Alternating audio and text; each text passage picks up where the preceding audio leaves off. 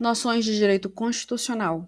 Constituição da República Federativa do Brasil de 1988. Quem sou eu?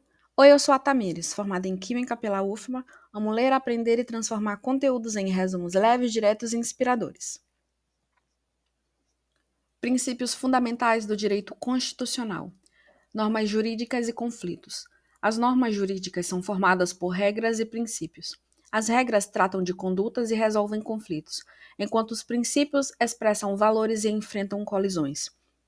Quando duas regras entram em conflito, uma é excluída. Já na colisão entre princípios, aplica-se a ponderação, preservando ambos conforme o caso concreto. Assim, regras solucionam por exclusão e princípios por equilíbrio. Essa ponderação é explicada por autores como Robert Alex, referência moderna nesse tema. Artigo 1º da Constituição Federal. O artigo 1º da Constituição Federal estabelece que a República Federativa do Brasil é formada pela união indissolúvel dos estados, municípios e Distrito Federal, constituindo-se em Estado democrático de direito. Seus fundamentos são soberania, cidadania, dignidade da pessoa humana, valores sociais do trabalho, da livre iniciativa e pluralismo político, lembrados pela sigla SOCIDVAPLU. Esses fundamentos são normas de eficácia plena e têm função nomogenética, pois originam outros princípios e regras constitucionais. O pluralismo político é mais amplo e o pluripartidarismo, sendo este apenas seu desdobramento. Além disso, a jurisprudência, especialmente do Supremo Tribunal Federal e as súmulas, refletem a aplicação prática e a consolidação das normas constitucionais. Formas e cláusulas pétreas. A Constituição diferencia forma de governo, forma de Estado, regime político e sistema de governo. O Brasil adota a República como forma de governo, o federalismo como forma de Estado, o presidencialismo como sistema de governo e a democracia como regime político. As cláusulas pétreas previstas no artigo 60, inciso 4º, são protegidas de alterações por emenda constitucional. Elas incluem forma federativa de Estado, voto direto, secreto, universal e periódico, separação dos poderes e direitos e garantias individuais. Entre essas, apenas o federalismo é expressamente mencionado no artigo 1º. O termo pétrea vem de pedra, simbolizando a rigidez e a impossibilidade de abolir ou reduzir essas garantias. Historicamente, o Brasil já adotou o parlamentarismo e a monarquia, mas consolidou o modelo republicano presidencialista federal e democrático após a Constituição de 1988. Estado democrático de direito. O Estado de direito é aquele em que o poder é limitado pela lei, garantindo segurança jurídica. No entanto, nem todo Estado de direito é democrático.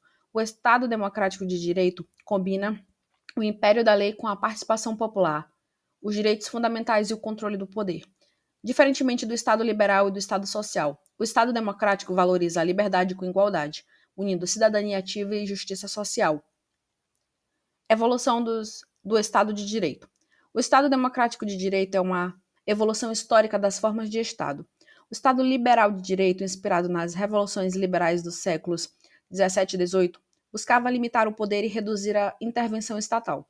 Após a Revolução Industrial, surgiram as demandas sociais, que deram origem ao Estado Social de Direito, que ampliou a atuação estatal para garantir direitos trabalhistas e sociais no período pós-Segunda Guerra Mundial. Consolidou-se o Estado Democrático de Direito, caracterizado pela participação popular nas decisões políticas, pela busca da justiça social e pela efetivação dos direitos fundamentais. Fundamentos da República Federativa do Brasil. A soberania é atributo da República e significa independência perante outros estados. Já a autonomia pertence aos entes federativos, estados, municípios e Distrito Federal, que possuem autogoverno, autolegislação e autoadministração.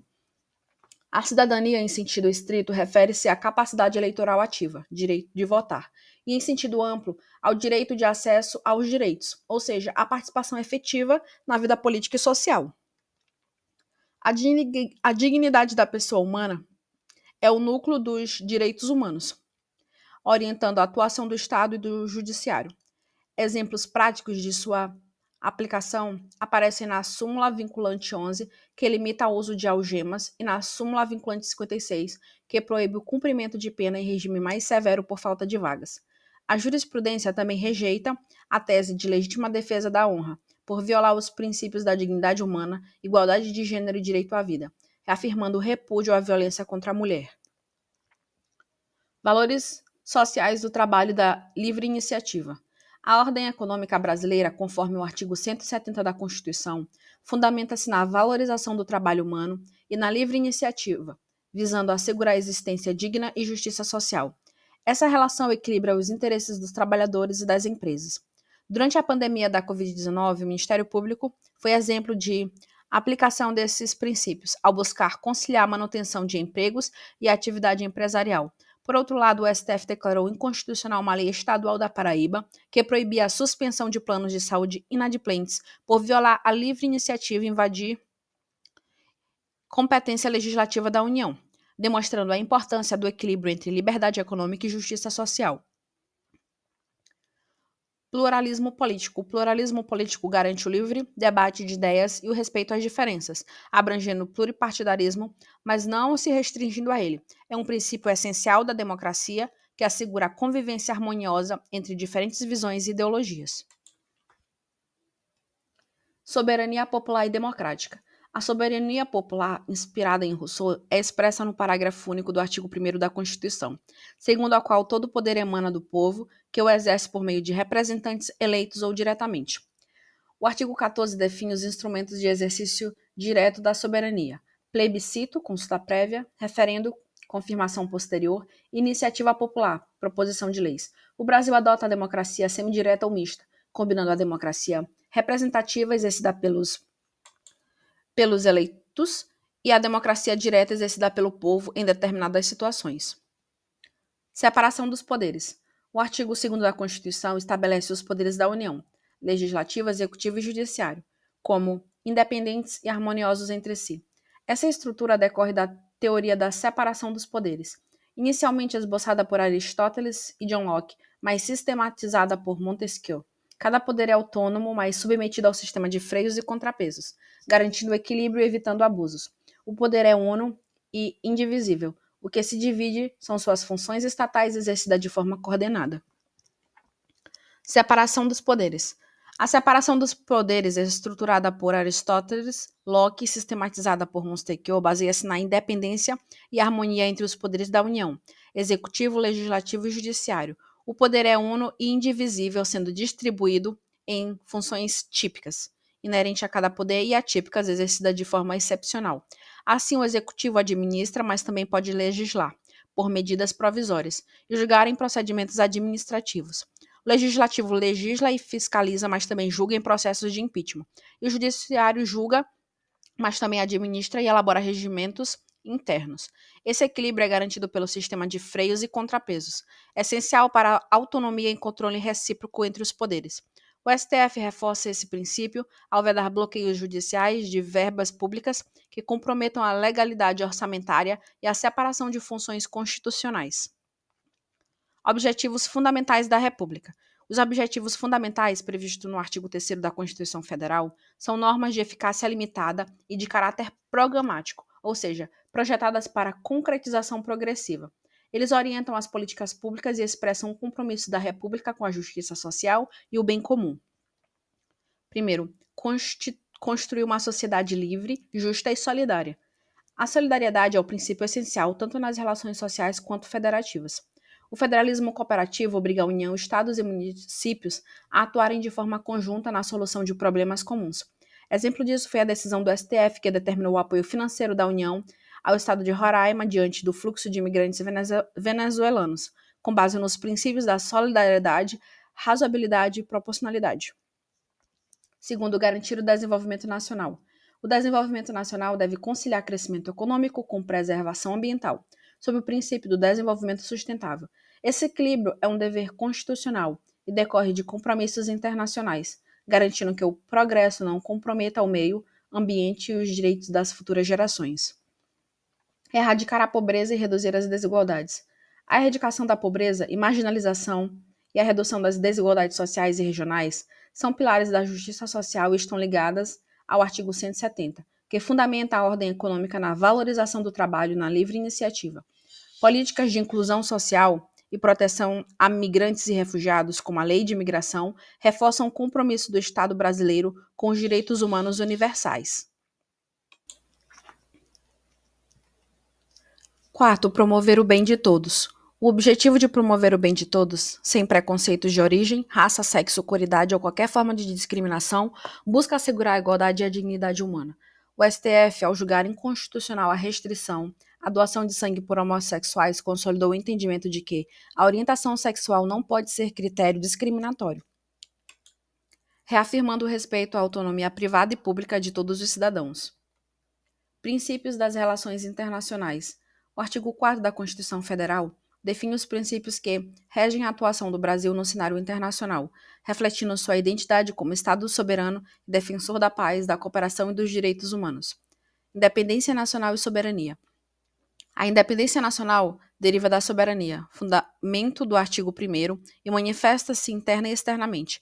Internamente expressa a vontade popular por meio do voto, externamente é exercida pelo Presidente da República, conforme as atribuições do artigo 84. A soberania garante autonomia nas decisões nacionais e o respeito nas relações internacionais, baseadas na igualdade entre os Estados. Prevalência dos direitos humanos. A prevalência dos direitos humanos orienta a política externa brasileira e reforça o compromisso do país com a proteção da dignidade e da liberdade em escala global. Embora relacionada, não deve ser confundida com a dignidade da pessoa humana, que é fundamento interno do Estado, enquanto a prevalência atua nas relações internacionais. Autodeterminação dos povos e não intervenção.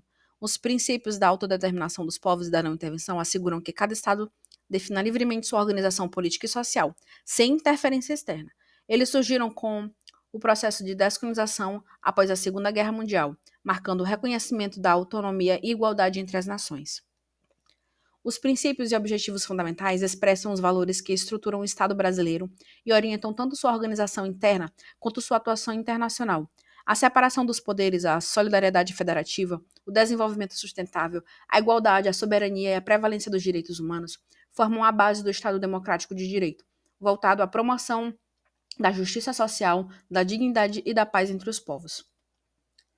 Autodeterminação dos povos e não intervenção. Os princípios de autodeterminação dos povos e da não intervenção estão diretamente relacionados, pois se cada Estado tem o direito de conduzir livremente seu próprio destino, outros Estados não podem intervir em suas decisões internas. Esses princípios ganharam força no período pós-Segunda Guerra Mundial, durante os processos de descolonização, e refletem o respeito à soberania nacional e à liberdade dos povos.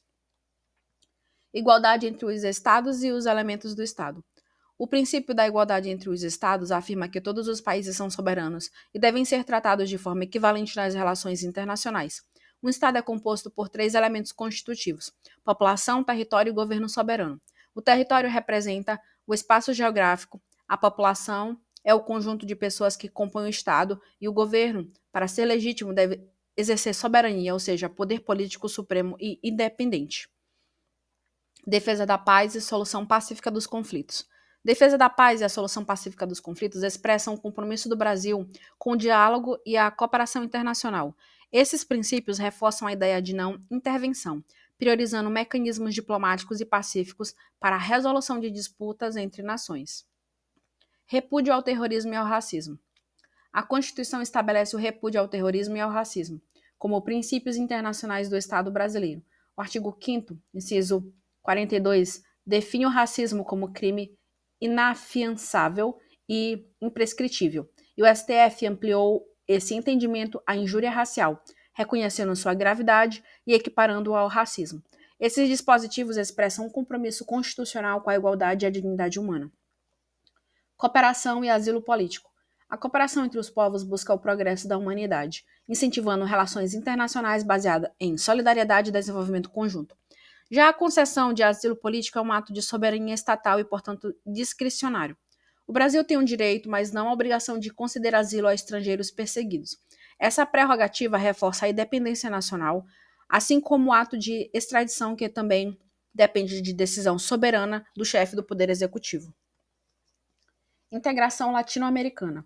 O parágrafo único do artigo 4º da Constituição determina que o Brasil buscará a integração política, econômica, social e cultural dos povos da América Latina, com o objetivo de formar uma Comunidade Latino-Americana de Nações. O Mercosul, criado em 1991, é exemplo desse esforço de integração, com foco inicial na integração econômica, ainda que o texto constitucional mencione dimensões mais amplas.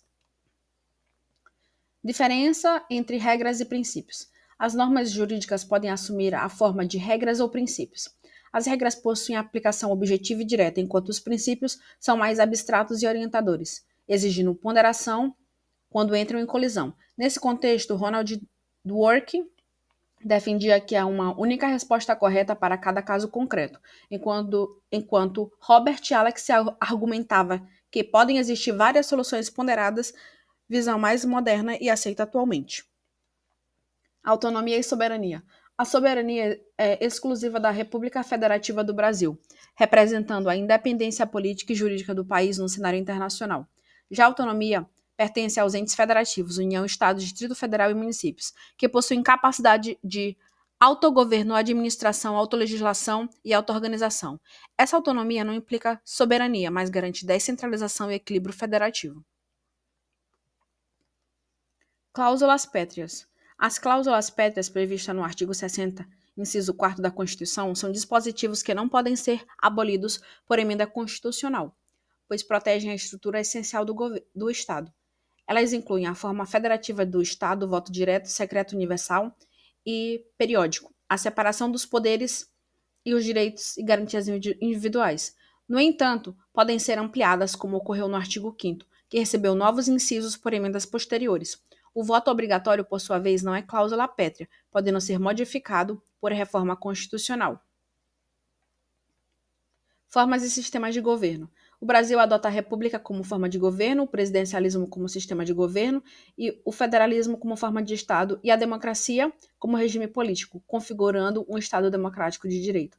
Esse modelo resulta da evolução histórica que passou pelo Estado liberal, marcado pela limitação do poder estatal e pelo Estado social, voltado à proteção dos direitos sociais, culminando no Estado democrático contemporâneo, que combina liberdade, participação popular e justiça social. Soberania popular e democracia. A soberania popular, prevista no artigo 14 da Constituição, é exercida pelo sufrágio universal e pelo voto direto e secreto, e também por instrumentos de democracia direta, plebiscito, referendo e iniciativa popular. Inspirada nas ideias de Rousseau, essa soberania permite ao povo exercer o poder político tanto de forma indireta, por meio de representantes eleitos, quanto direta, em consultas e proposições legislativas. O Brasil, portanto, adota uma democracia semidireta ou mista, que combina elementos de ambas as reformas de participação. Até o próximo resumo.